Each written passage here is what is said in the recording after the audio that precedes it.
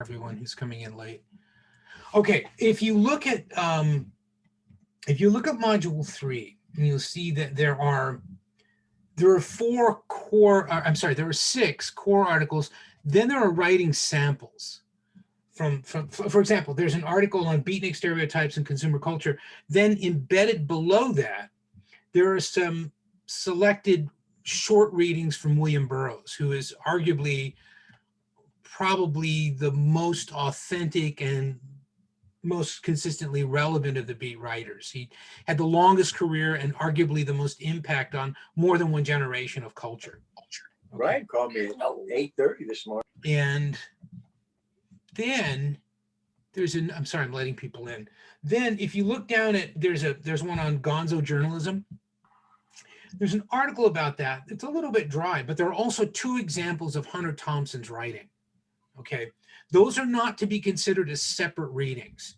Okay, the reason I put those in there is the first time I offered those 2 articles, I had people asking me either individually or in class, who should I read? Where can I get some examples of this kind of writing that people call, beat writing or gonzo journalism, or whatever. They'd never heard of Hunter Thompson. They'd certainly never heard of William Burroughs. They might have heard of Jack Kerouac, just the name. But I have to remember how long ago that was. I mean, On the Road was published the year I was born. That was a long time ago.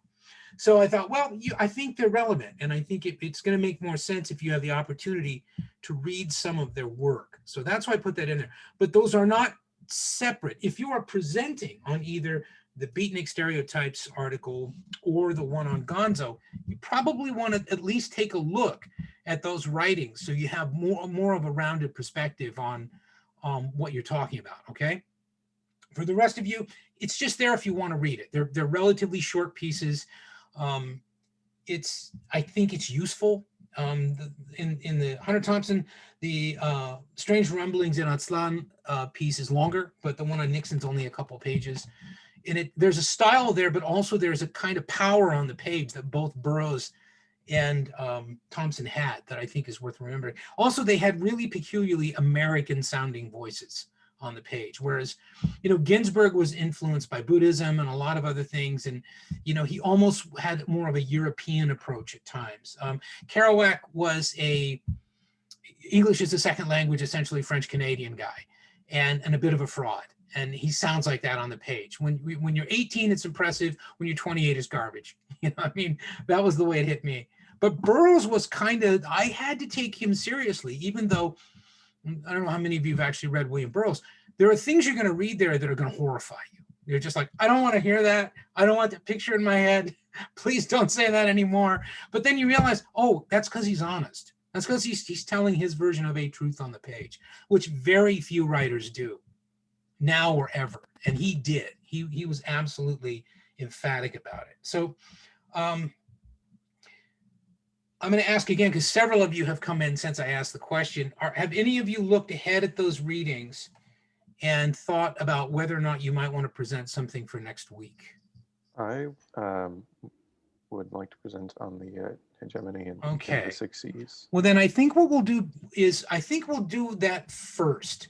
We'll set that up first. So first of all, let me just go through the readings. The first one is kind of a weird one, and if no one wants to present on that, that's fine. I can summarize it for you. This one on this notion of routinization in early nuclear test coverage. It's a very technical article. I got it because I thought it was funny, unintentionally. You won't think it's funny, all right, because you won't know, presumably, why I would think it was funny. It's about the way the press was trying to find a way to explain something most journalists didn't understand, which was nuclear power and nuclear weapons. Everyone knew it was going to change everything, but nobody knew how. Okay. Now, is there anybody at all interested in that? Again, some of you've already presented, so some of these readings may only be one person presenting. Some of them, there may be no one who presents on them. It looks like no one am I safe to assume no one wants to do that one? Okay, so I'm sorry. So if you've already presented twice, it doesn't really matter if you present again, or no, you can't present again. Oh, can't present. I got you. All right. You're banned from ever presenting again. Only because, everybody needs to present twice, and, that's, I also want to get 2 samples of your writing when I evaluate your grade. So let's leave that one off, okay?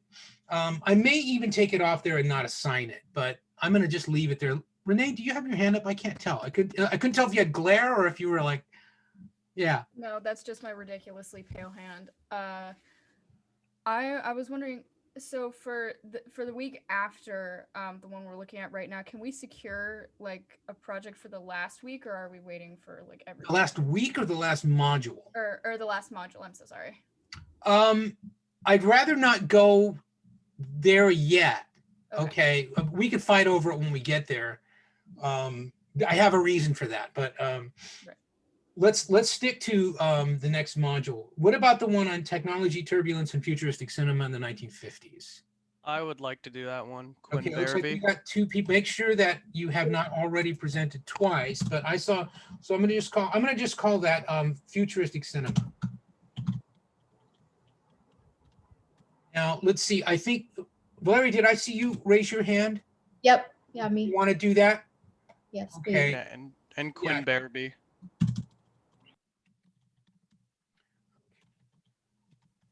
And I'm sorry, who else? Quinn Oh, Quinn, Barabee. okay, got you. Okay. All right, so we got that. Another one that is not a real page turner is that Advertising America, the VOA in Italy. You may not want to present on that, but I want you to read it because I want you to know how media are used explicitly for government purposes. The Voice of America is an American propaganda channel. It's just like Radio Moscow, okay? And it doesn't mean that everything on there is suspect and insidious and produced by spies. What it means, though, is there are different kinds of propaganda that we can talk about, and maybe I'll reserve that one. But it sounds like no one wants to do that. Is that safe? You skip that one? Meaning I will do it. You don't have to worry about it. Okay. What about the one on beatnik stereotypes? I'll jump in on that one. I just have a volunteer for that too. wording that there's like a tab underneath with the William S. Burroughs Did you come in article late, after Monica? that. Huh? Did you come in late? Like a minute, yeah. Yeah. Okay. Because I was already talking about that. Okay, are those together? Yes. Okay. They're gotcha. together. That's why they're embedded. In other words, I put them there for people who are curious about that writing, but if you're presenting, you really should read that. They're short pieces. So I'm sorry. Now, let's see. Dylan, I got you on that. Was there, I thought I heard another. I volunteered. Who's Krista. I? Oh. Oh, okay. Krista. Okay. That's me. Thank you. Okay. Yeah, that might take 2 people. Plus, I would like to get your reactions to that writing. Because when Burroughs was writing at the time, the stuff that he wrote there, he was writing anywhere between his 40s and his late 50s to 60s. Okay. But the audience that read him was generally young. I think it's fair to say. There's this one on hegemony in the 60s. I would like to do that one. Okay, so Liam, you want to do hegemony in the Do 60s? it as well.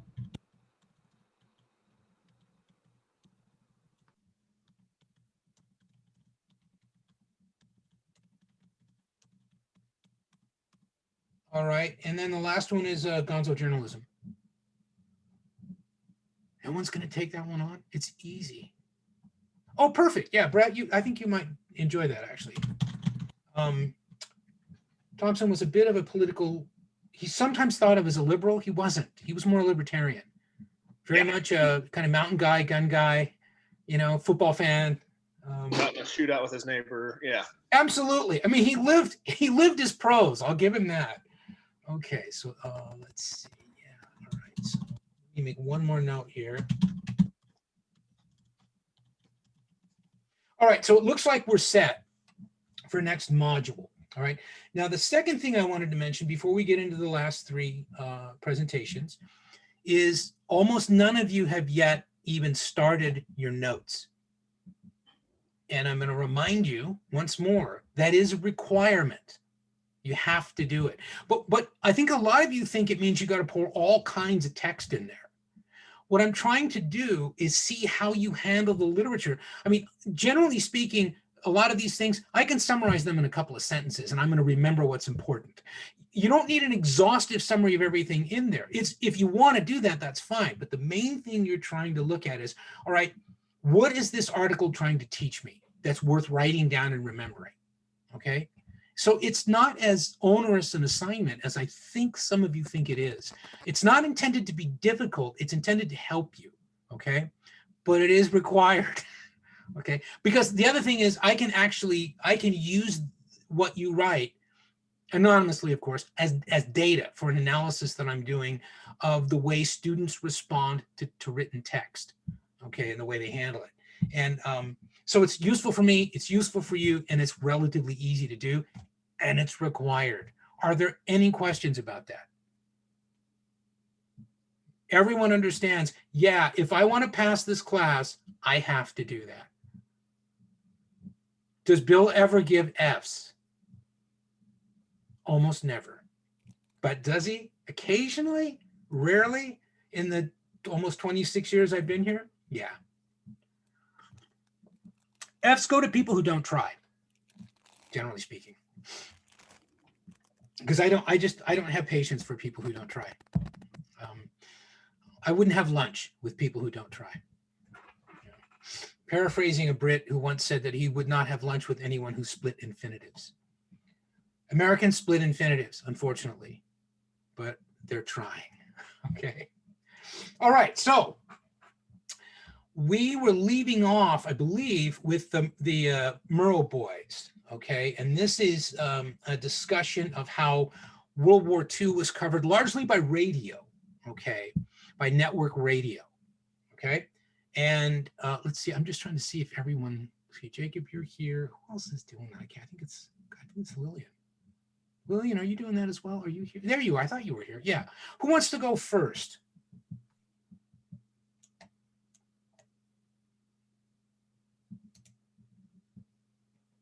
I'm feeling patient. I'll start. Okay.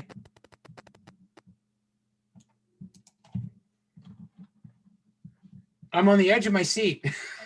Sorry, I was pulling up my notes. Okay.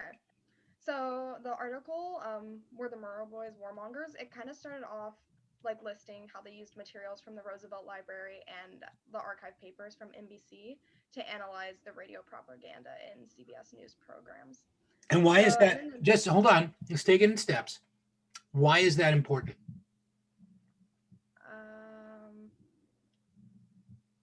They kind of explain why they chose the data they chose and analyzed them the way they did. It's not the most important thing in there, but as long as you mentioned it, they did try and explain why they did that.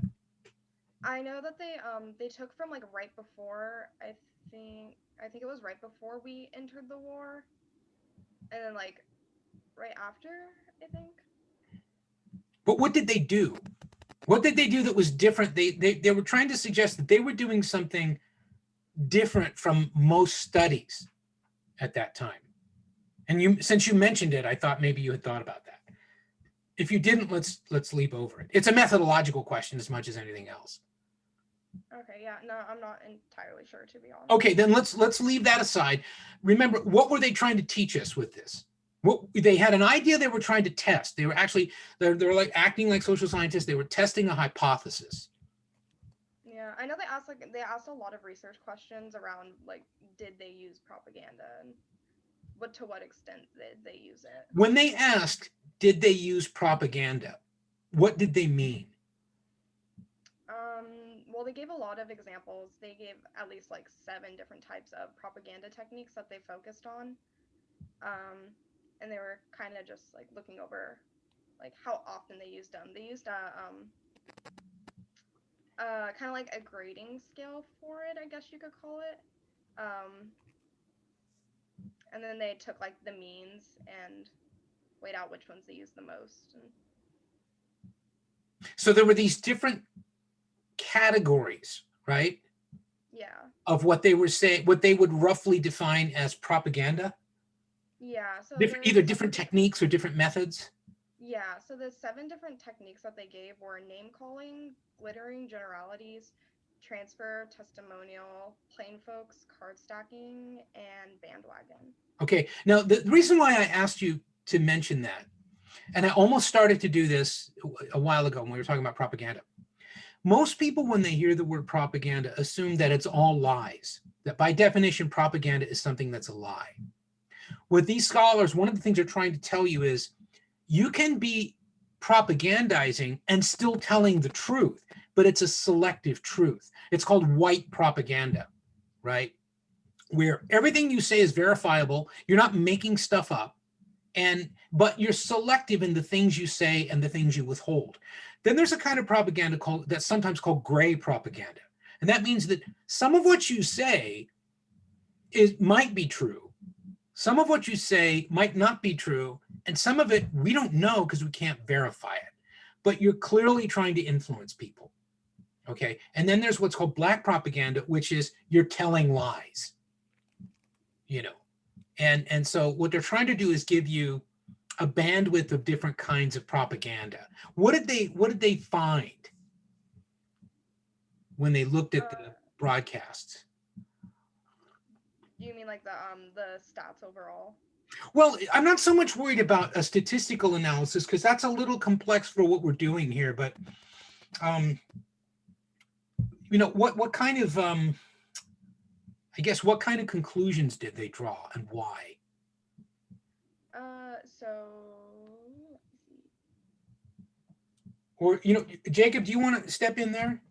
Yeah, so from everything that I found, most of the time they found that the propaganda and wasn't necessarily, they weren't trying to mislead everyone.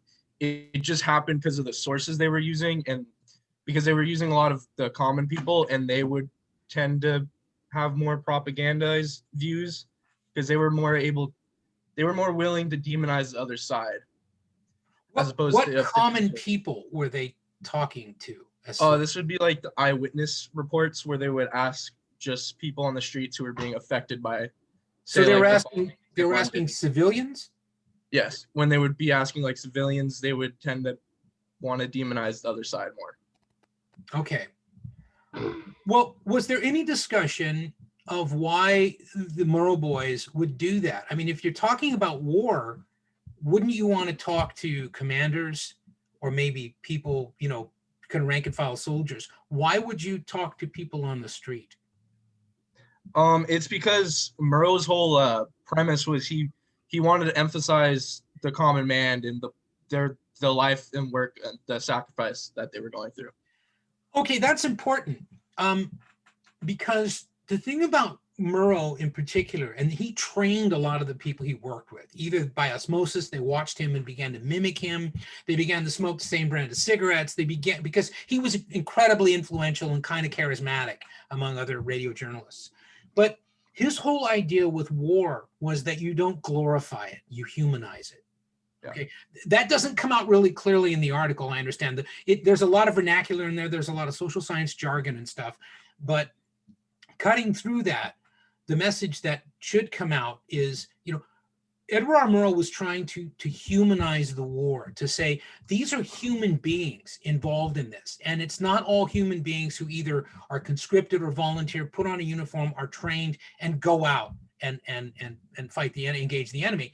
It's people who get caught between them, you know, and so he thought that was a very important part of what people in the United States needed to understand. He was trying to humanize the civilians, in part because he wanted people to care about the war. He wanted to bring it home to them in a way that they could empathize with, which was to humanize it. Does that make sense? Yeah. Okay. So either of you, you know, now Lillian, I don't know how savvy you are with statistics and how confident you are interpreting statistical data, but you started to go in that direction in terms of drawing conclusions from the data. Are you comfortable doing that? Is that something you have any background in? I can't hear you at all. Can anybody hear her? Because I can't hear you at all. You've left us. In all but spirit, you've left us. Okay, yeah, you've got a microphone issue of some kind you need to check out. So, but what about that? You know, conclusions. In other words, what was the title of the article asks a question. What's the question being asked? If the Murrow boys were warmongers. Yeah. What's the conclusion?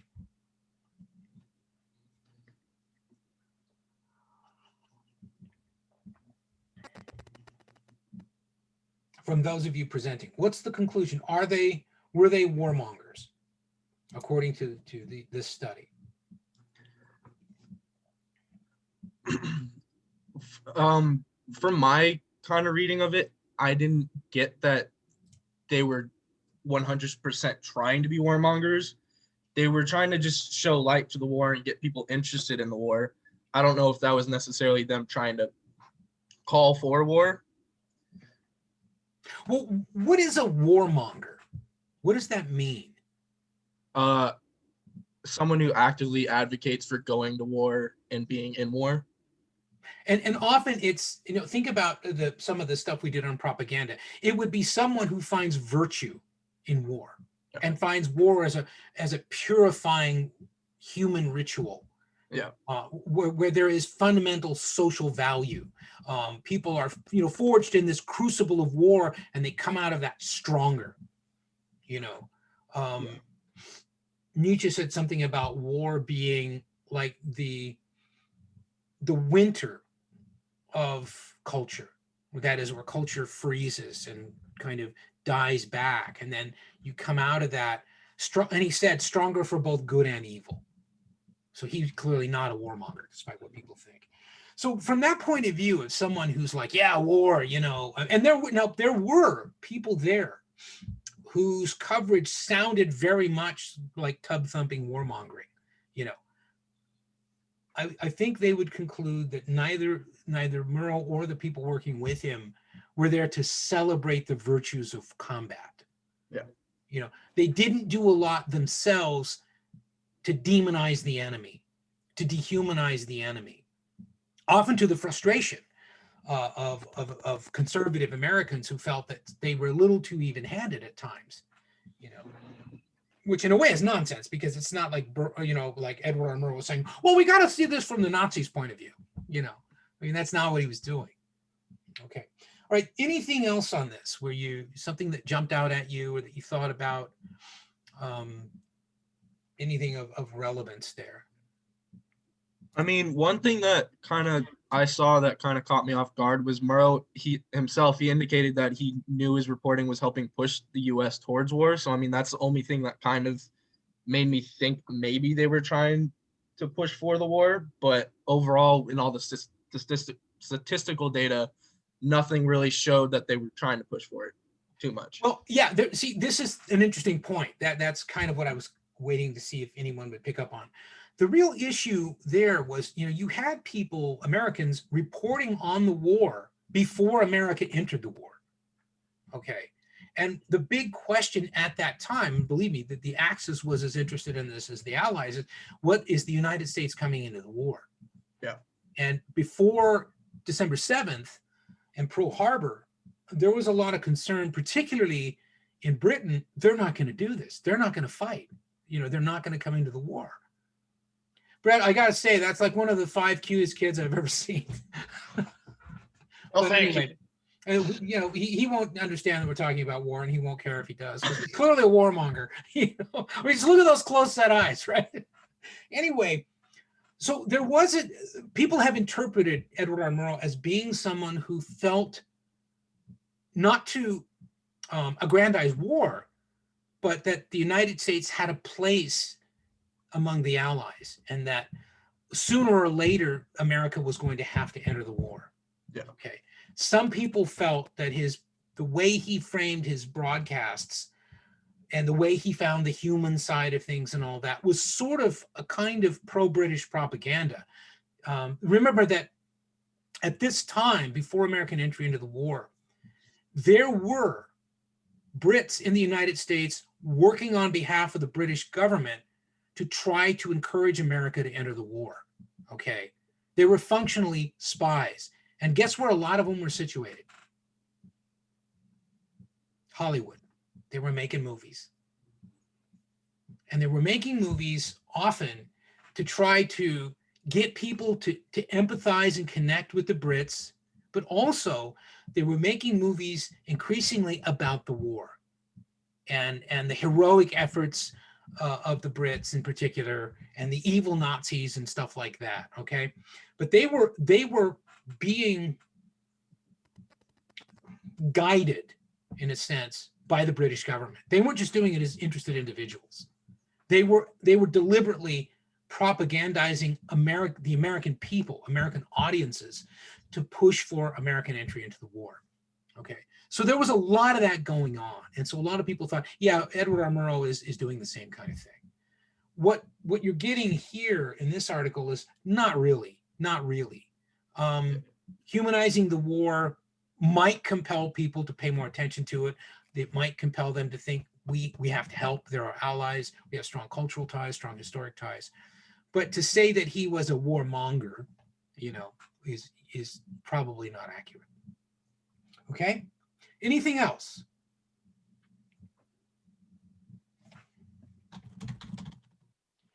All right, then let's go on to the Superman piece. All right, so let's see what's done, and all right, who wants to go first? I will. Okay. Anytime. All right. So DC Comics was created in 1937 by Harry Donenfeld, and of course they're the company behind the character Superman. And the first comic by DC Comics to feature Superman was Action Comics in 1938. And the comic initially sold pretty well, and Superman became a very popular character in America.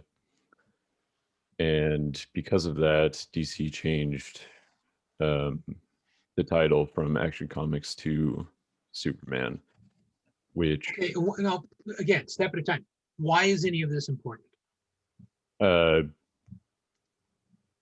think it's because Superman is just the big name, and Action Comics is not specific in any way. So they wanted to market it better by just making the title Superman.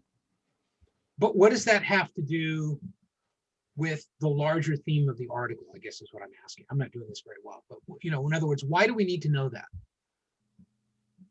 I'm not suggesting we don't need to know it, but remember, when you, rather than just start at the top of an article and sort of filter through it, try and capture what's important about it. Try and capture the main ingredients of the thing that the authors want us to think about. I don't think they're really terribly concerned that we stop and think about how DC Action Comics became DC Superman. But what they're talking about is the emergence of this iconic fictional character of Superman and what that embodied in terms of the culture and values of America at a peculiar time in American history. Because the idea is, this is where the whole notion of transmedia comes in. Okay, in fact, why don't we start with that? Either one of you, what do we mean here by transmedia? What does that mean? Yeah, I can jump. Yeah, okay. Dylan, you want to take that? Okay. I can't see you, so I don't know what the cue there is. But so transmedia storytelling is essentially when you have stories that unfold across multiple platforms in potentially different mediums or just separate, distinct markets. So in the case of Superman, Superman over the years started as a comic and then eventually branched out into 4 different platforms. So he was a comic, he was a radio show, television, and then also a film series. Mm-hmm. And what's important that I think initially some people might struggle with when thinking about transmedia storytelling, it's not adapting a story, like taking a book and turning it into a movie. It's expanding upon that story and adding to it in just a different format. So in the case of Superman, like, I don't know how much everybody knows about Superman, but everybody knows that his weakness is kryptonite. Kryptonite was not introduced in the comics. It came from the radio series and then was incorporated into the comics. So it's this story that unfolds across a lot of different platforms. So in order to consume the story, you have to be consuming different kinds of media, which in turn increases sales across different platforms. Okay. And so what we have then is we have a relatively new concept where prior to this, if somebody wrote fiction, let's say, it was probably going to come out in a book. And very few people were going to read it because books were expensive and not a lot of Americans were literate. Novels in America, at least, really developed as the occupation of women. Okay, men did not read novels. That was relatively late. Okay. When magazines began, you saw people writing shorter fiction, sometimes adapted from novels, or they would serialize what would become a novel in a magazine. If you've ever read any of the Sherlock Holmes stories, okay, those are there's a couple of novellas, but most of them are short stories. Most of them came out in a magazine, okay. And then so they would sometimes, if they were longer, they would be serialized. Like you'd have one edition that might have the equivalent of a chapter of some of the longer, like Sign of Four and some of those. And then you'd have to get the next edition to find out what happened next. That kind of was it in terms of transmedia storytelling until we developed radio and film. Okay, not necessarily in that order, film and radio. So you had people early in film adapting things from novels. Like one of the early silent films made in Edison Studio was a version of Frankenstein. It's got one of the most hideous monsters you will ever see. You can find it on YouTube. And do it just to look at the monster. It's like, oh, not good. Okay, so that's transmedia. I mean, it starts out as a novel. It was presented in comic books, adapted sort of for kids. It was then immediately picked up in film. It became parts of it serialized in radio and all that. So what Dylan's talking about is where you develop a narrative, but it kind of assumes almost a life of its own in different media, partly because of the nature of the medium. Radio, you can't visualize things. You got to kind of tell it rather than show it. In film, you can show it. So when you watch the serialization of Superman and the old serials, the dialogue was kind of clunky and there wasn't always a lot of it, but there was a lot more action. A lot of it early on was actually animated. It was cell animation. So in other words, that's right. That's transmedia narrative. Now, why would we want to be concerned about that? What does that tell us that we can learn going forward about how to interpret American media? Either one of you.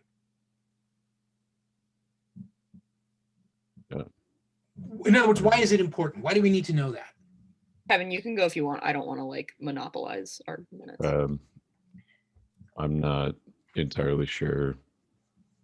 Let me ask the question another way. When did we stop doing that? What, transmedia? Yeah.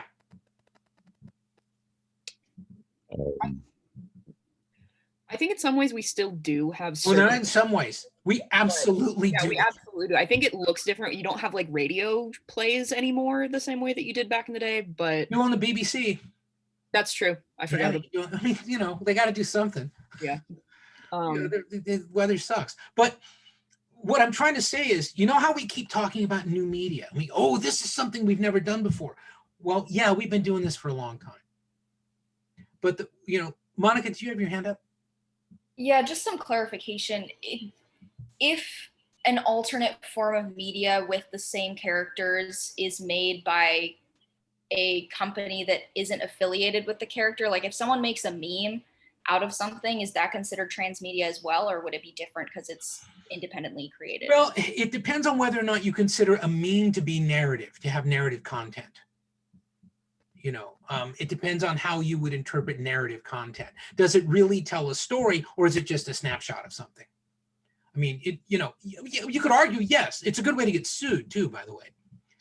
So part of what we have here, if you think about some of the really dominant film franchises right now that are now rolling over to streaming media, they're superheroes. We have this addiction to superheroes that no one anywhere else in the world has. No one is as addicted to these ridiculous, caped muscle men and women as Americans. What's that about? I wish I knew. I guess something that stuck out to me in this article that I think is something that we still see in a lot of the current superhero films that come out is that these are characters that, rather than just being a story that like happens to come out in this period of time, it almost interacts and is a present, like it exists anchored somewhat in our own world. Like Superman and Captain America back in the day like had like editions, whether in like radio or in print, where they were like fighting Nazis in World War II. So it wasn't just that they were independent of like current events. And then if you look at a lot of the modern like Marvel movies and things, like one of the Captain America movies is like dealing with the United Nations and sanctions and things. It's, even though it's not exactly what's going on, there's still like tidbits and threads of kind of modern events that are happening that I think make it attractive to people. Okay, well, that's one of the things to think about, is that it's clear that even people who set out just to make money, I mean, I don't think that Superman was created so that, we would see the world through Superman's eyes, or we'd really believe that Superman existed or something like that, much less that Superman in the 1950s would not fight only gangsters, but also communists. And that, the television introduction for Superman would include the idea that Superman was fighting for truth, justice, and the American way. Never mind, we have no idea what the American way is. We know that it involves Superman, a guy in long johns and a cape, that somehow that's fundamentally American. And he flies, and the actor who played him eventually shot himself. I mean, we know all these things. That's the American way. We die hard. But these become mechanisms of propaganda and mobilization. Okay. Remember what we were talking about earlier with the notion of propagandizing kids, getting them where they live, and creating narratives that children can understand, to teach them what the authors consider to be virtues, like sacrifices and things like war. Never mind about being outspoken and different and all that. You be loyal and obedient, and there was a lot of emphasis up really through almost when you were little kids on being obedient and loyal and doing what you were told. Okay. Well, superheroes initially reinforced that, even though they were clearly psychotics, half of them, but it was they were the ones who were interesting were the weirdest ones, because it was like, what does this guy do when he's not stopping bullets? But they could be used as these fantasies, these sort of, these archetypes they were almost like we created an American mythology. We're so young as a culture, we had to build it out of whole cloth, but because it's American, we had to make damn sure that we could monetize it, because we knew that the only things we would value would be things we could monetize. So again, Superman and all the superheroes are all uniformly pro-capitalist, almost all pro-military industrialist. They're not necessarily fascist, some of them are, but certainly, you don't get a lot, they're not interested in the beats. They're not interested in deviant culture. They never have sex. They only kiss on the cheek, they only kiss their horse. That was the old Western cliche. In other words, we created this sanitized mythology of American virtue. And then it sprouted like mushrooms after rain in all these new emerging media. And it began to reinforce this core narrative of, well, this is what America is. Yeah, Renee. I was just going to say also, there is literally one called Captain America, and no one questions that.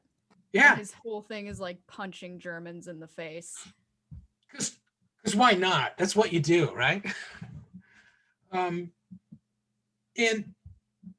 Or even, like Superman, he's white and his costume is blue and red. You also, think about this. It was only in the 1960s, the mid to late 1960s, that you began to see people of color in mainstream comics as anything other than comic relief, which you very seldom saw anyway, right? Where you actually, I mean, you didn't find like people of color who were actual heroes. Almost no women and no people of color, unless they were porters at a train station or something like that. They were just props, okay? So as we evolve, go through civil rights, go through Vietnam, go through things like that, we see in the different media, I mean, comic books were kind of contained for a while because with the emergence of television, only a few of the comics, Superman being one of them, actually made it to television and stayed. We kind of went in different directions there, okay? But then if you wait long enough, it comes back around as this superhero cycle. It really started probably, arguably, it started with when Tim Burton did Batman. And from that point onward, the ascendant culture returns in full force of these. But by then, these people are pathological. Not just the villains, but many of the heroes themselves are, they've suffered extraordinary trauma. All this comes after Vietnam, the humiliation of the United States, fundamental doubts about American power and American purpose. That starts to be reflected in these comic books. And even though the superhero part of it doesn't carry through necessarily to television, we see the anti-heroes start to emerge in television and be mainstreamed. Okay, so that by the 1970s, the people we're watching, a lot of them are not the old loyal, baked all in the same mold, lily white, perfectly loyal, not now and never have been kind of Americans. Okay, they're people with problems. They're people who aren't trustworthy. They're people who are fallible, and they're people who have fundamental doubts, because that reflected post-Vietnam culture. Okay. Now, what do we have now? Think about what are the iconic, and increasingly it's going to be in streaming, isn't it? Because nobody's going to theaters right now. But it's not Superman anymore. But what are the dominant images? And they need not be superheroes. I mean, what are people watching movies about or watching streaming television about these days? What are the narratives? What's the American narrative now?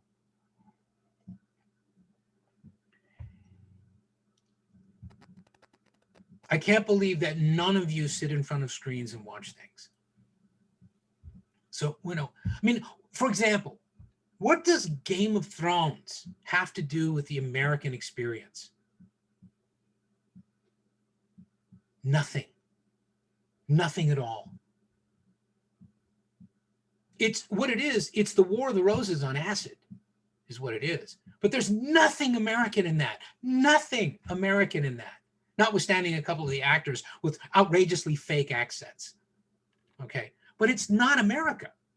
And yet we loved it. It was a big hit over here. What else? What are the things that people are watching now?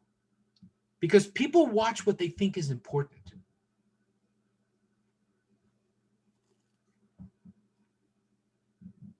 Sort of like dystopian and like zombie apocalypse kind of thing comes to mind. Yeah, there's been a lot of zombie movies. That's true. What's not to like? As long as you have a flamethrower, you're good to go. But yeah, zombies can be pesky, and everyone. Why all these movies about the apocalypse?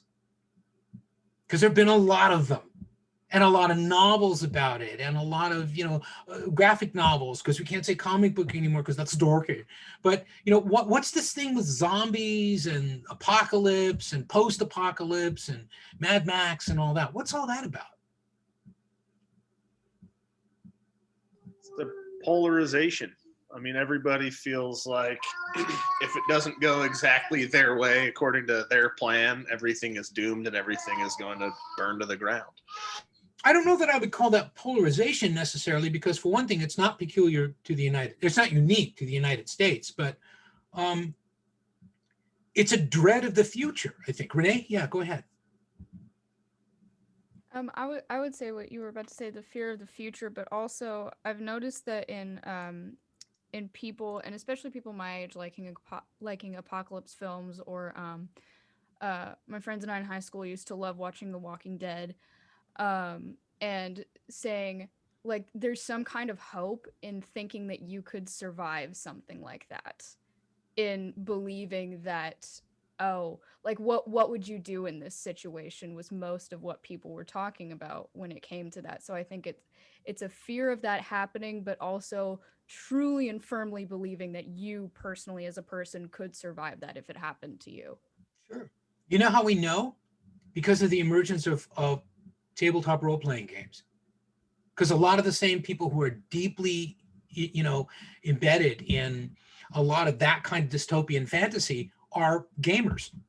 They grew up with either video games or actual RPGs. People like the originals being things like, what was it, Quest and Dungeons and Dragons and stuff like that. I mean, we got a whole generation of people who grew up with that. I can still remember when Dungeons and Dragons came out. I was in my early 20s. And at first I thought it was completely silly, but the writer in me liked it. And so I was sort of a natural dungeon master. Like I was really good at driving people through a narrative, and it was a lot of fun because it was like I was writing a novel in my head. But I noticed even then, what people really responded to were mortal terrors. Things that really, you could die here. Wouldn't it be awesome if you survived this? And part of it is, it might be, it's like, is this like, the decline of Western civilization, or is it the idea that when people reach a certain level of comfort and affluence, there comes along with that a kind of a sense of dissatisfaction. Like my life has no meaning because there are no dynamics to it. Everything is like my mom and dad sort of smoothed out all the problems of my life, however ineptly. And, they want, and again, what my generation did when we raised you as kids was say, like, that's what I always told my sons. I don't want you to end up like me. I don't want you to have to do what I had to do because you'll end up like me, and I don't want you to do that, Well, the downside of that is, did I insulate them from things that might have chopped off things and given them character and an understanding of their own mortality or their own value or their own smallness in the universe or whatever, But we saw a generation of people who had kind of been insulated from the impact of the world by artificially induced affluence, a lot of debt-driven affluence, real American military industrial growth, the idea that we were still kind of the unquestioned hegemon in the world. And there was an insular quality of that carried through all the way to 9/11. And then we realized, oh, that's right. Yeah, there are other people out there and they hate us, and they don't hate us for our freedoms. They hate us for our military and the way we use it. They hate us for our power. They're scared of us. They think we're psychopaths, and that started to be reflected in American media. That's where a lot of this apocalypse stuff, it first came out probably Night of the Living Dead, which was 1968, right? 68, is that right? I think it's 68. When that movie was made, there was no intent initially to make a social statement. They were just trying to make money.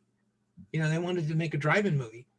And then they realized when they saw the closing footage in the rushes, my God, this looks like what's happening in the South. Just like this sense of destruction, and all this.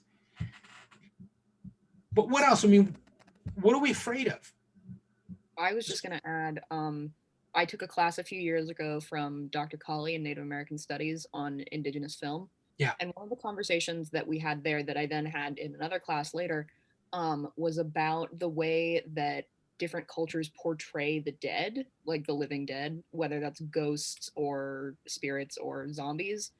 And regularly cultures that are more divorced from the mourning process and the prep and of their dead, where the funerary process is more institutionalized and like a business as opposed to something that a family does internally in their own home. Yeah. Folks that are more connected to the burying of their own dead, those cultures tend to have, when they depict the undead, they're more of like guiding forces rather than like existential threats like the zombie's gonna eat you. It's more of like the spirit's going to talk to you. And she showed us a horror film that sort of followed that example. And I think it's really interesting because since the Civil War, the preparing and burying of American dead has become further and further removed from the family. Like people don't have home wakes anymore. The vast majority of people are embalmed, which is an unnecessary process that's kind of just forced on people by the funeral industry. And it's really interesting to see as like Americans, as like American death culture has become further and further removed, the way that Americans portray the living dead in film and media has become more and more violent and sort of existential and scary.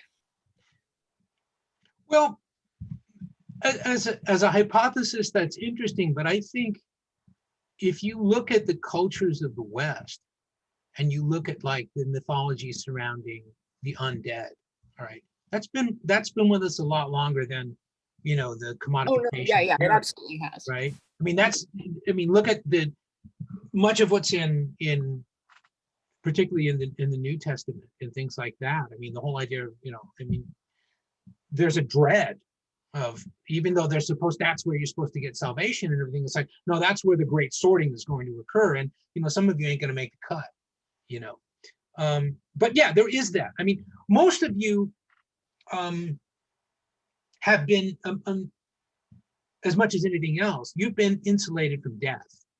You know, you've never seen anyone die. And it's transformative. It really is. And it's a strange kind of education when you realize, yeah, I have to adjust to this. This is something I have to learn from. You know, you've never seen anyone killed as opposed to someone dying of natural causes or whatever. You know, you're protected from that. That's affluence. It really is. I know you all think you're struggling and everything, but for the most part, no, you're not. You're remarkably safe compared to most of the rest of the world. Okay.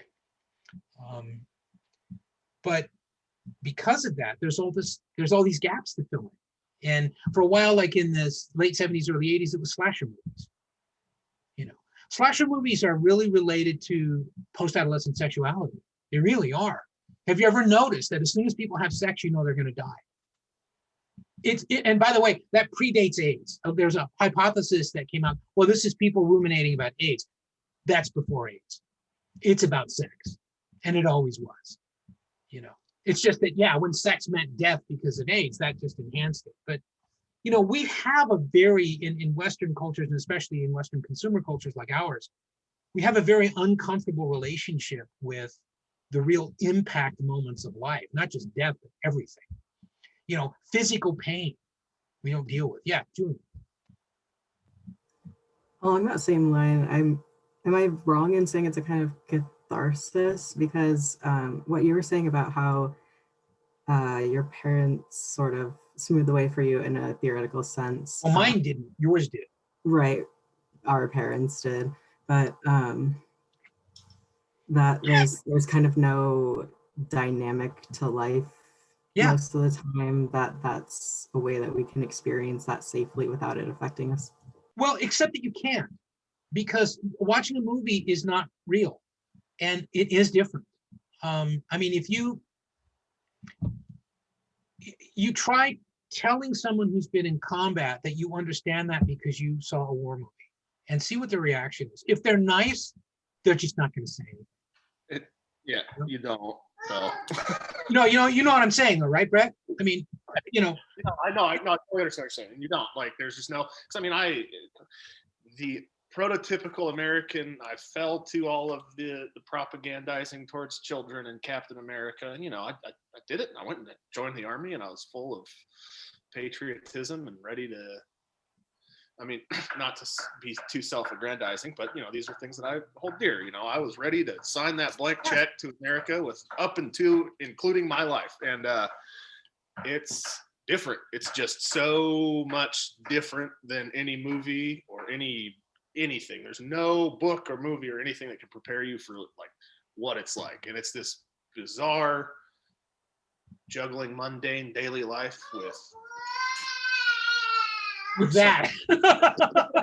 Yeah. So it's it's so, you know, far be it from me to, you know, not be a warmonger, but if you want these experiences, go to the war. It's still happening out there. Yeah, but, there's still plenty of places you can go.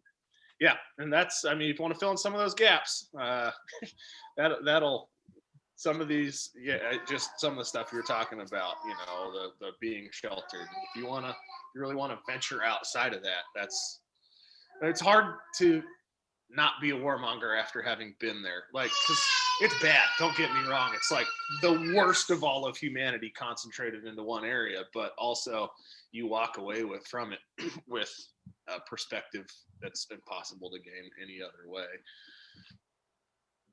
Yeah, it's a good point. And I would say the same thing about, I guess I would have a little more experience with this, is being around kind of career criminals and including career violent criminals. And, people say, well, oh, I saw this cool movie, or when for a while, The Sopranos were a thing. And I'm like, you know what? I used to serve at parties for the Marino Mafia. Those guys are creeps. They scared me to death. I don't want to see that shit again. You'll think this is really cool because you hung out with all those weird guys. No, because I already saw that, and it's not fun. It's ugly, and they're stupid, and they're dangerous, and then they shoot you, and then they laugh and have a meal. It's like there's nothing cool about that. Nothing. But most of America's like, oh yeah, it's really great because now I understand. No, you don't. That's the thing. I'm not saying, Julian, that you're wrong. I'm saying that yes, there are plenty of people who say, well, why do people go, to see scary movies for jump scares and things like that? It's kind of like going on a roller coaster. But being on a roller coaster does not make you an astronaut. And watching a war movie doesn't make you the survivor of combat.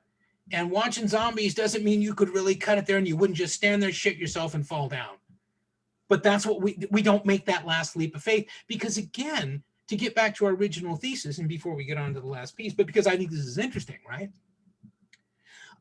It's that Daniel Boorstin moment. We make our illusions so real that we can live inside them. And that's what we're doing. And so, I mean, when these things propagate across media platforms, there's Superman. Oh, there's Superman. Why there's Superman over there as well? And they cuts across generations, and you start seeing it in advertisements and toys and everything else. I mean, during Vietnam, they were trying to get us to want to go to war. One of the things they created was G.I. Joe, simultaneously teaching boys to play with dolls and thinking it was awesome to shoot people and let's join the army. I mean, the neighborhoods I lived in, we didn't have anything to look forward to. It was like, yeah, shit, maybe I'll do this. Look at all the cool gear you get, and you have these kind of, and part of it is idealism. You think you're trying to do something heroic or something noble and all that. But part of it is, what it is? You're fucking bored. Life's boring, and so you want something that reminds you you're alive. Movies pretend to do that, but they're not they're a simulacrum of that. They're not a substitute for it.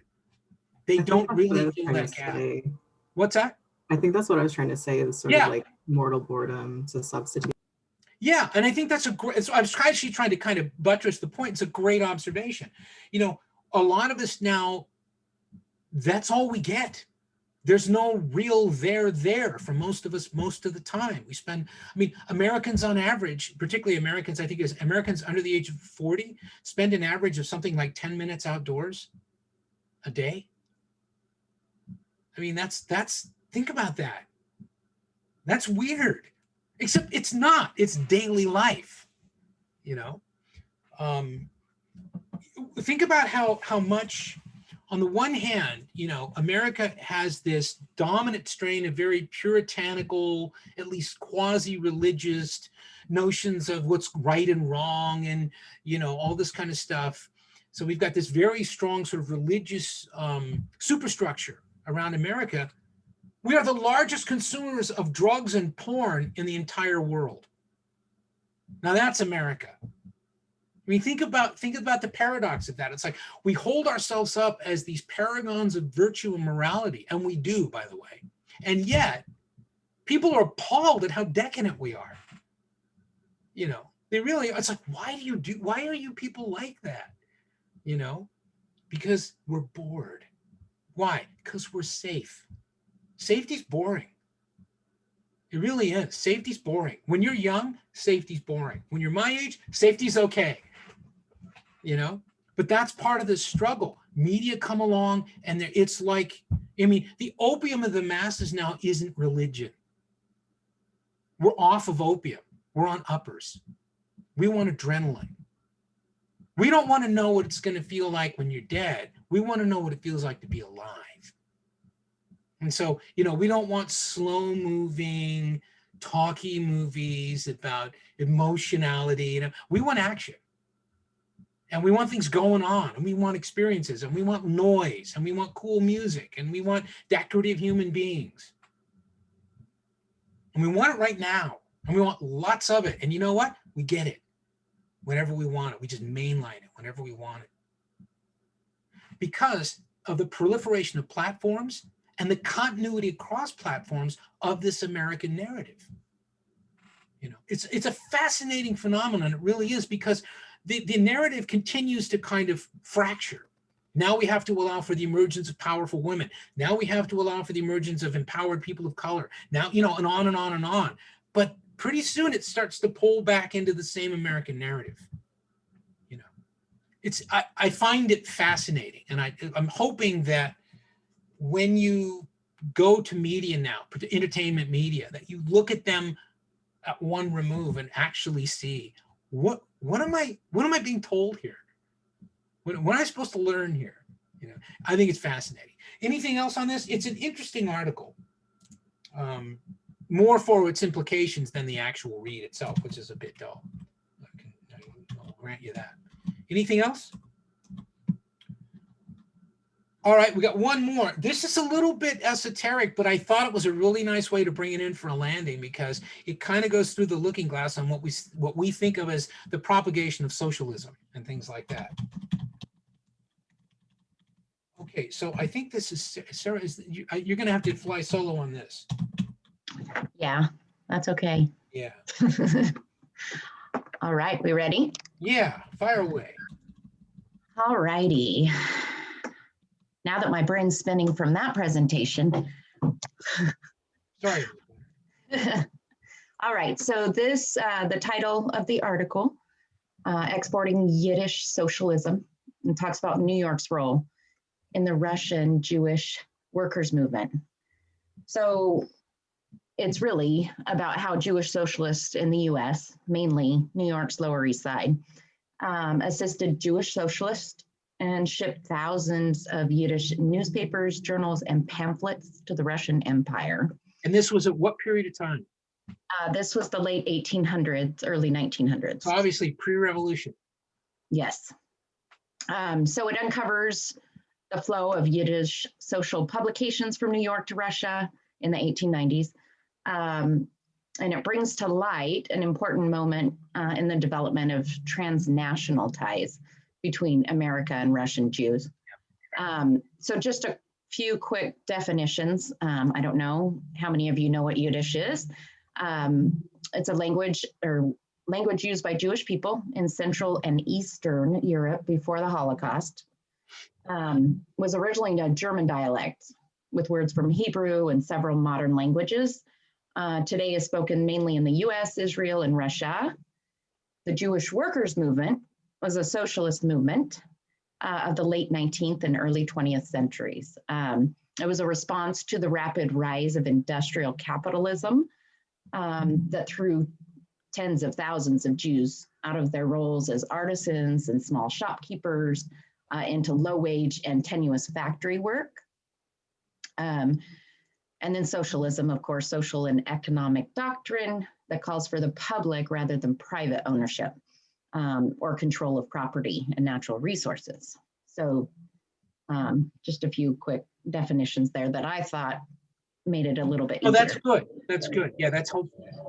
So throughout the 1800s and 1900s, Jews throughout Russian Empire and other European countries faced violent anti-Jewish riots. They were called pogroms. They were typically perpetrated by local non-Jewish population against Jewish neighbors, and they often encountered and aided by the government police forces. So this led to the immigration of Jews from Eastern Europe and other parts of Europe, mainly to the United States.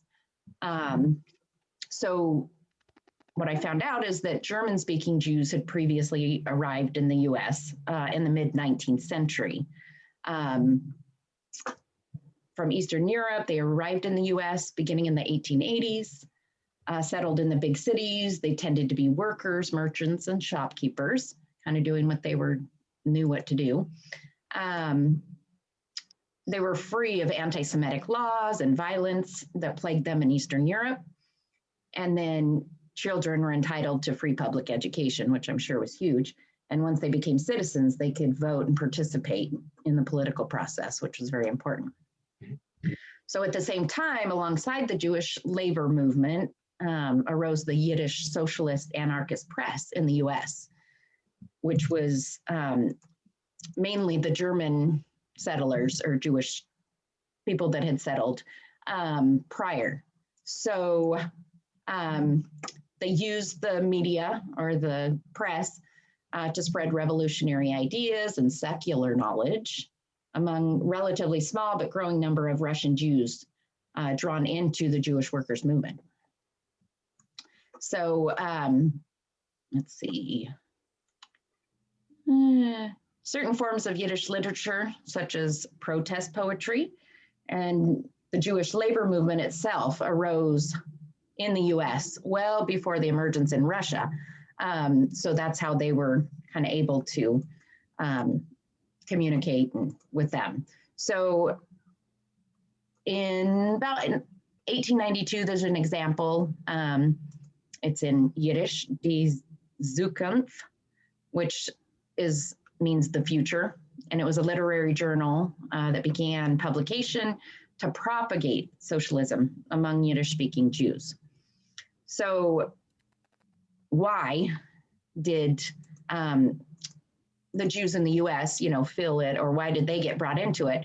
So the Jewish socialists in the Russian Empire, they tried unsuccessfully to start their own media, but due to limited technology, presses, circulation, they just didn't have the infrastructure for it. So due to this inability to achieve self-sufficiency, the Jewish socialist organizations looked to the older Jewish socialist movements in New York City and London for assistance. So basically, New York and London became the major suppliers of the Yiddish socialist literature to Russia. It seems that New York was more important, really, because they wanted to come to the United States mainly. So socialists across the ocean couldn't maintain the kind of sustained direct contacts needed to, have substantial influence. So writers in New York use the Germanized Yiddish because there's different forms of Yiddish, and they want to encourage them in Russia to use the German Yiddish because the Russian, they didn't understand it as much. That's what I gathered. Is that correct? Yeah, that's appropriate. There's a little bit of a class bias built into that, but it's not clear in the article. Okay. Yeah, I didn't. worries there, but yeah. So to provide the crucial materials for the operation of the movement, let's see. Okay, talked about that. So what I found, they were Russian Jewish revolutionaries were willing to risk long prison sentences by smuggling in these, the press, the literature and all. What I found most interesting is that even though they'd escaped this and come to the United States, they still cared about their fellow humans, I guess, enough to really make this work. I mean, they could have just said, yeah, you're on your own now, we're living this life. I mean, I know that they really wanted more socialist structure, but we can't hardly get people to go out in the street and protest now. So I found it very interesting that they were able to make this work across the ocean. And yeah.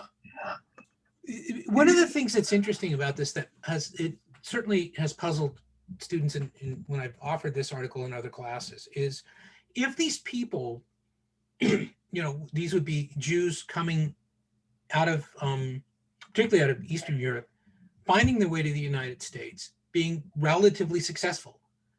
Why socialism? Because clearly the United States is not, structurally conducive to socialism. Right. And this is an engine of the creation of wealth. That's what the Republic was built for, to create wealth. Okay. And so I'm not saying that this is offered in the article, but just for general discussion, it is interesting to think, well, you came all the way over here, you opened your shop, or you got those factory jobs, and you could see things were getting better and all that. Why socialism? Why not say, hey, this capitalism isn't so bad? Some Jews did. Most of them were German Jews. Right. Okay. They came first. They got some of the better positions. They'd been there already for a generation and more. They'd established businesses, and they were the people who founded Hollywood. So the early images of Jews in Hollywood, right, are actually created by Jews disparaging other Jews. And the Jews they were disparaging were Eastern European Jews. Okay. Right? Because that's why early Hollywood is often seen as so anti-Semitic. Because, and you think, well, wait a minute, it was founded by Jews. Overwhelmingly, it was a Jewish commercial enterprise. A lot of the people who founded Metro Goldwyn Mayer, the Warner Bros., all these, they were people who largely had come out of garment district in New York, gone west because of the fabulous weather and everything else, and no labor unions, and that is no socialism, right? No labor movements, no left wing, no nothing, just lots of land, cheap land, lots of great weather. Let's make movies, okay? And so when they inevitably had to portray Jews, they were generally portrayed in very stereotypic ways. So there was first of all, there was a tension always between German Jews in the United States and non-German Jews. Okay. Yeah, Brett. Not to try to boil down the millennia of oppression against Jews, because that's a whole thing. But what is their particular proclivity to be both secular but connected because of this heritage that is inherently tied to a religious belief structure, but they can somehow separate, like they just clump themselves off? And with the Hollywood example, I didn't know that, but it's like they can bind themselves together in these communities because of their shared heritage that they don't necessarily put all that much stock into because also. Okay, you could very well ask the same question of ethnic Chinese, first and second generation, or ethnic Japanese, or ethnic Koreans, or anything else. It's the same thing. And in other words, it's the importance is family, people you can trust, people you can rely on, people who understand your situation. And the other thing with Jews, and a lot of there's been a lot of interesting scholarship on this, some of it controversial. What a lot of people don't understand about the history of anti-Semitism is that historically, one of the things that was a catalyst for anti-Semitism was the aloofness of Jews themselves, the insular nature of Jewish culture, that it was clear that Jews were making distinctions. Jews, unlike, say, people from South Korea or people from China or whatever, had specific prohibitions against marrying outside of Judaism, and still do in many cases, all right? Even secular Jews were ambivalent about that. It was problematic. They had to justify it to their families who might be more conservative and things like that. So Jews withdrew, and people resented that. But partly by withdrawing, holding together, going into these businesses together, having each other's back, they could be successful, and that's going to show. So then that's where the notion of the Jewish banking conspiracy and all this kind of stuff comes from, is yes, Jews lived in a relatively insular culture. They were ethnically very tight and separate from non-Jews, who were either referred to as Gentiles or Goy, Goyim. They had Yiddish, a language that no one but Jews spoke.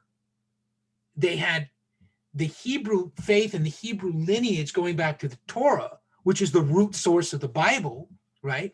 They were descended from the 12 tribes of Judea. I mean, there were all these things that held them aloof and claimed for them special dispensation that other non-Jews resented.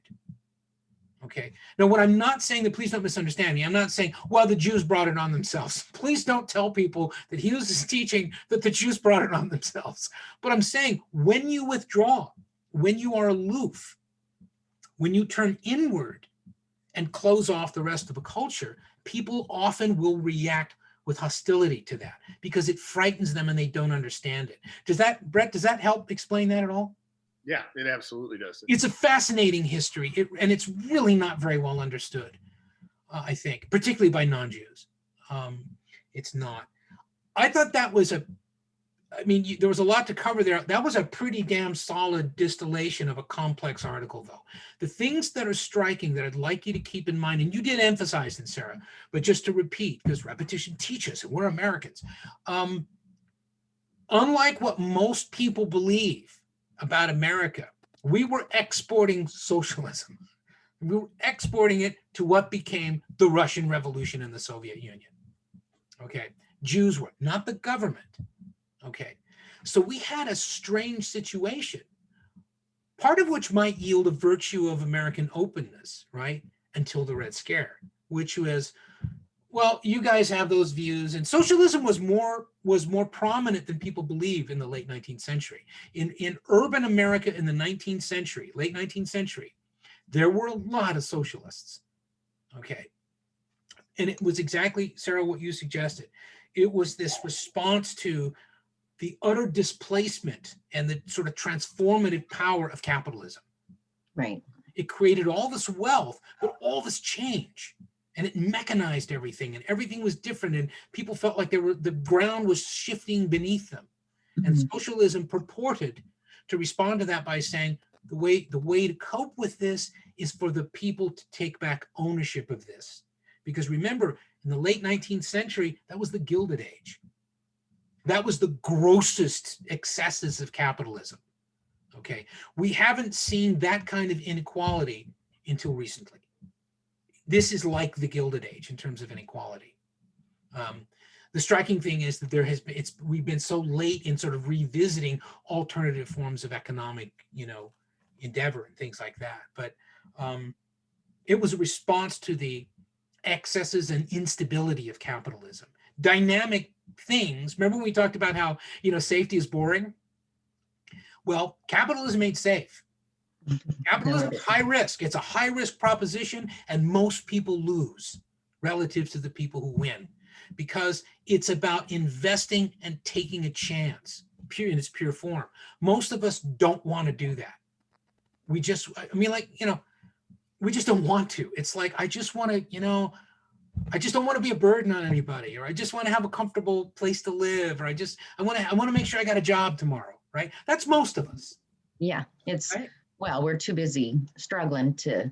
Well, we are. Live. Yeah, so. Yeah, and it is a struggle. And goddamn it, Superman's not real. Otherwise, we'd be fine, But this is what was going on. You captured it really well. There was that sense of this.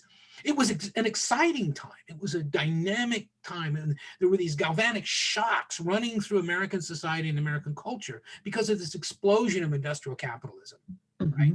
That end of the Victorian period, and in the United States, the movement into the Gilded Age, were incredibly dynamic and exciting. We saw massive explosions in the size and complexity of cities, massive migrations of people from Europe, and all these things that you talked about. All of that created uncertainty. Oh, yeah. And uncertainty can breed at least the consideration of revolutionary ideas. Uncertainty gets people off their assets in one way or another.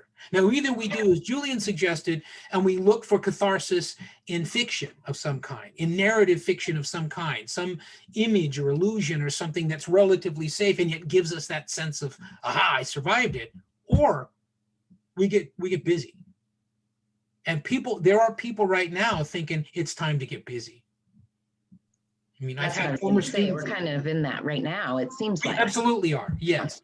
Yeah. But the difference here is that we were so dynamic and so young as a country. These ideas fascinated us. Everything about America was new in 1880. Everything was new. Nothing was old. And these ideas were new and exciting and dynamic, and Jewish intellectuals were the driving force behind that, which is why to this day, people tend to associate communism with a kind of anti-Semitism. It's interesting that I was doing some lectures at Moscow State University. And I was trying to kind of break the ice a little bit with the students, and we were doing a kind of word association thing. And I threw out a couple of things and different sports things. And I said Sputnik and pride and all. And then I said communism. Spontaneously, about 6 people said Jews. And that was in Russia. You know, the funny thing is, they were kind of right, but they didn't know it. That's what this history is.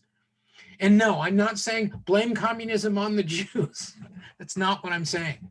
But what I'm saying is, when you have people who are committed to this sort of focused community of trust and interpersonal value and reliance, and they're hyper intellectual in terms of their values compared to non-Jews in many cases. I mean, the really very little of the intellectual energy historically of the United States does not come from Jews.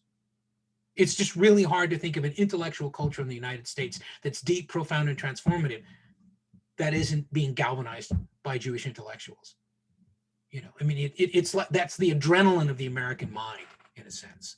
You know, and yet the danger of that is dissident ideas, outsiders with outside ideas, and things that are scary and unpopular. You know, and that which is why I signed the article. It shows you how you can use media like that early in American history to propagate ideas that were absolutely anathema to the mainstream of America, and particularly to the government and corporations of America. The engines of capitalism hated that stuff. The last thing America wanted was mobilized labor. But even worse than that was mobilized labor that was left-wing, that was revolutionary. It's one thing to mobilize labor and say, okay, well, you guys can have your little unions and that'll be nice and we'll sit down at a table. But if instead of they're saying, no, actually, we're seizing the factory as part of seizing the means of, this is a proletariat dictatorship. You're screwed. We're now running the factory. You can go now. That was what they were terrified of. Yeah. Okay. Any comments or questions about this? I just thought it was it's unusual, but it's kind of something that's a part of history that most Americans don't seem to be aware of. Yeah, I enjoyed, I did, of course, probably a little too much extra studying on watching videos and reading extra supporting. But yeah, I didn't know. And it was very fascinating. I'd like to know what makes you think that you can behave like a college student. I mean, damn you, you know? I mean, come on, this is not about learning. This is about ticking boxes, right? We're Americans, for God's sake. We don't learn. We just go from one thing to another. But no, it does. Sometimes something like this will catch your fancy or your attention, and it's like, God, I got to look into this, you know? And yeah, Julie, sorry, your name is right in front of your hand, and I couldn't see that you had it raised. I apologize. That's fine. It's just I raised my hand a second ago. I'm trying to figure out how to phrase this kind of, but something that you mentioned made me think about, I guess, legislation going forward, the idea that we can either seek catharsis or, you know, in your words, get busy, do something about it. But I guess my question, not directly related, is how do we as a culture get over this idea that like, this is the government, this is the economy, this is just how it is, and like make changes? Well, if we accept it, then we don't make changes. So I'm not exactly, I want to make sure I'm responding to what you're asking.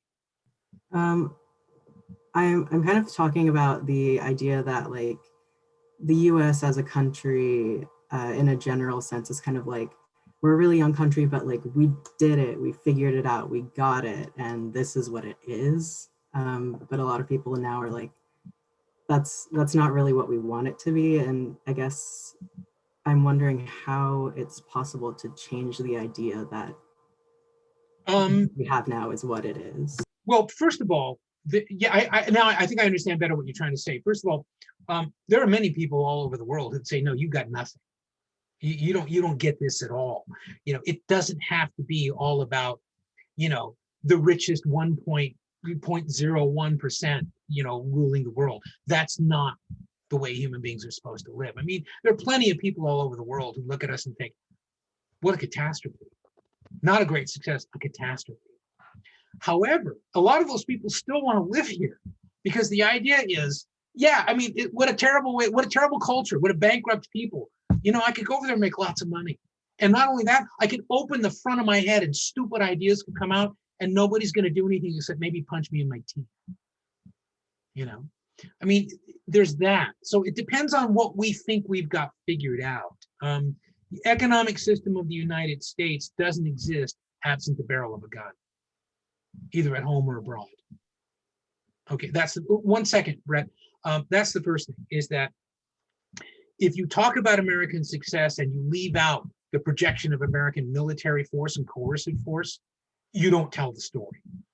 Okay, I mean, we're the boss because we forced people to get out of our way. We did not propagate democracy. We didn't liberate people. That's not what we're in the business of doing. We're in the business of advancing wealth creating capitalism. And we've been really good at that, better than anybody else, because it's unadulterated. It's pure. It's just like, no, that's what we do. Or we tart it up so that, you know, the great unwashed America will think, oh, what a wonderful thing, we're saving people. That's not the issue. That's the most important thing. That's what frightens other people, is because they're not sitting in the driver's seat and we are. So they think, oh, what a catastrophe. Yeah, until you're in the driver's seat, then it starts to look better. Brett, what were you going to say? I was just going to say that, like, what, 1776 and then again in 1783, we had these kind of transformational moments in American history. But like, whatever they think out when they implement the Constitution, it is like, I'm also taking precedence in the Constitution from Dr. Patterson this term, which I'm assuming you used to teach. It's so much different though. Like, we have changed it a lot. There's been a lot of history where things have changed in a gigantic way. And so who knows? Like, I guess my point is, you don't know. You never know what that moment is or who that person, that piece of legislation is going to be that kind of redirects our system. And that's kind of one of the interesting things about the system that they put into place, is there's room for movement without, you know, sliding back into authoritarianism, as another article I read this week pointed out we're prone to do. That's the other part. You kind of anticipated where I was going, and I had a hunch you might be, so that you kind of saved me. You just now saved me some verbiage, but that's important, is that, you know, what we constructed in the Constitution and the values behind that have evolved. They haven't been stagnant. Okay. I mean, yeah, the core of the American Republic is the creation of wealth. And you know, good and bad. It just is not as a moral declaration, but as a fact on the ground.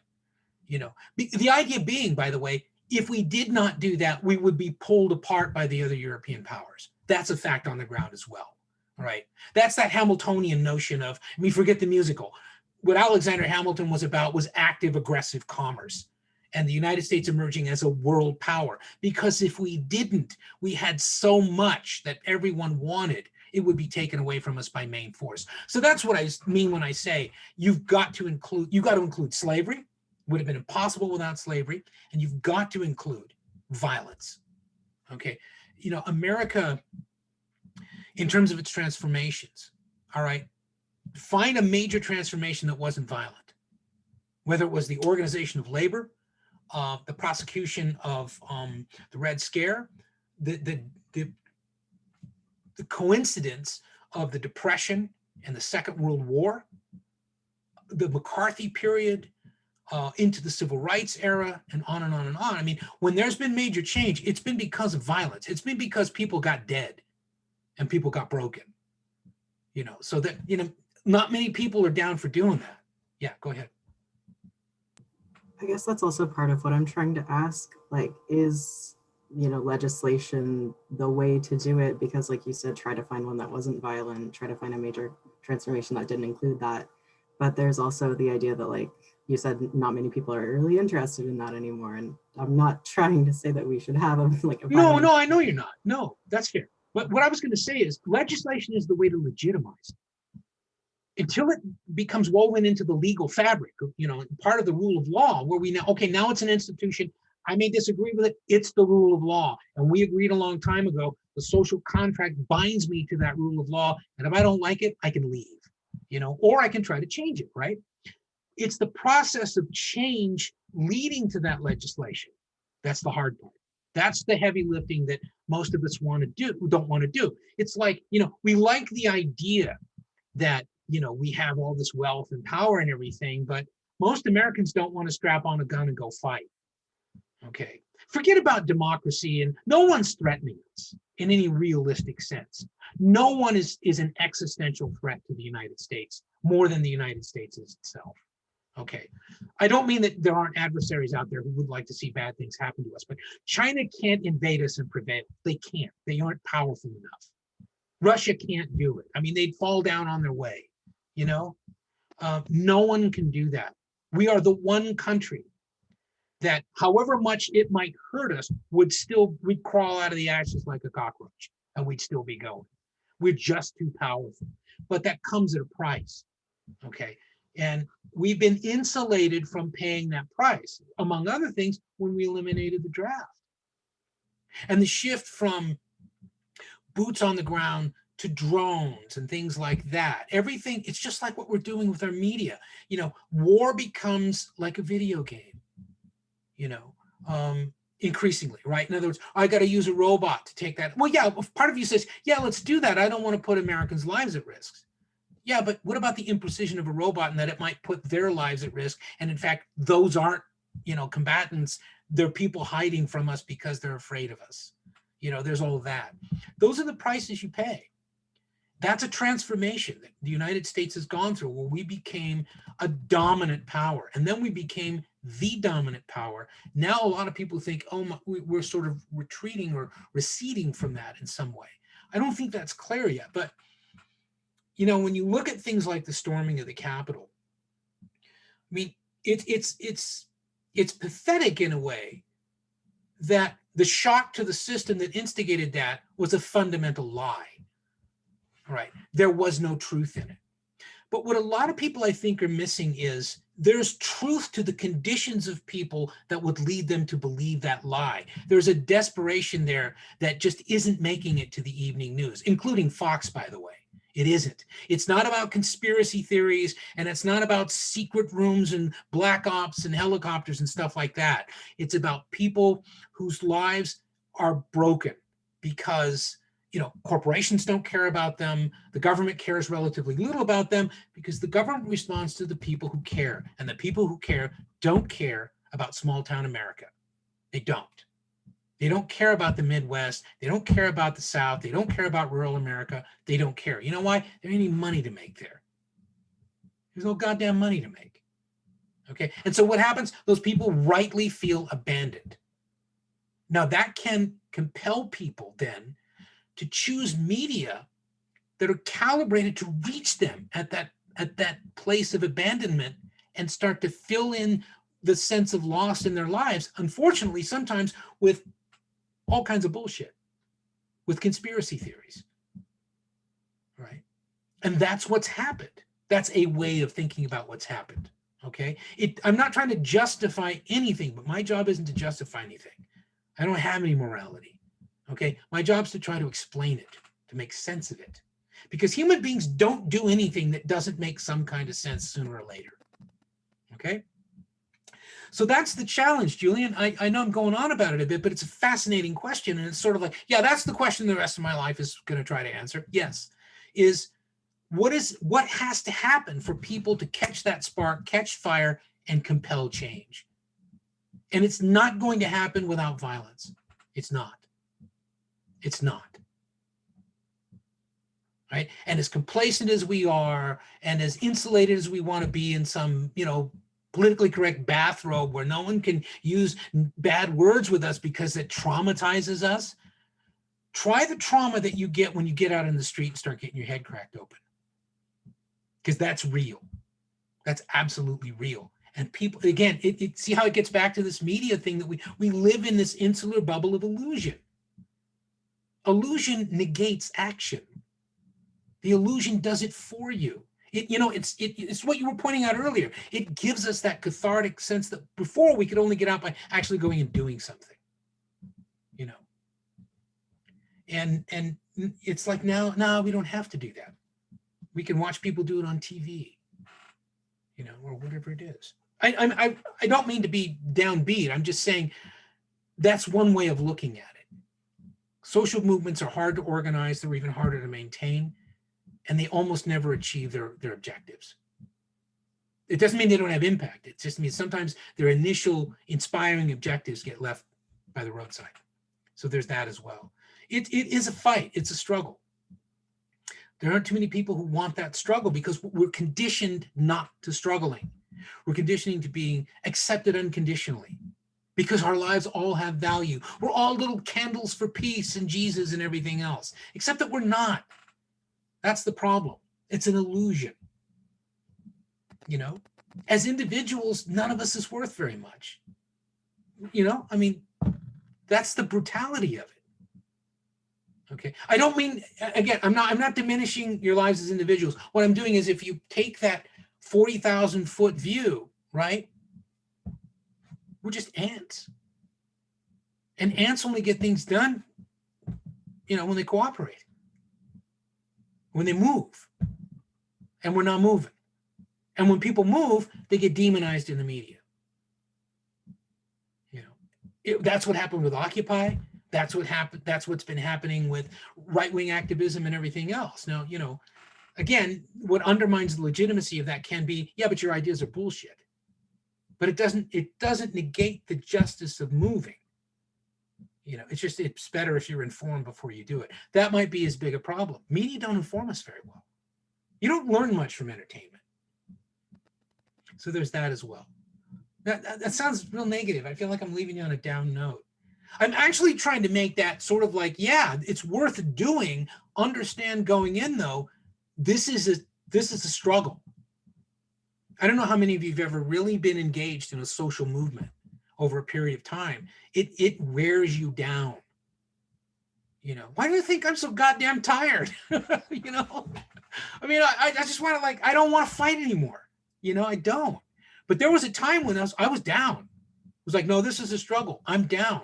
And there were a lot of people of my generation who felt that way. There was solidarity in that. We reinforced it among each other. We were all going to be like revolutionary soldiers and we were going to get this fucking thing fixed. And we failed.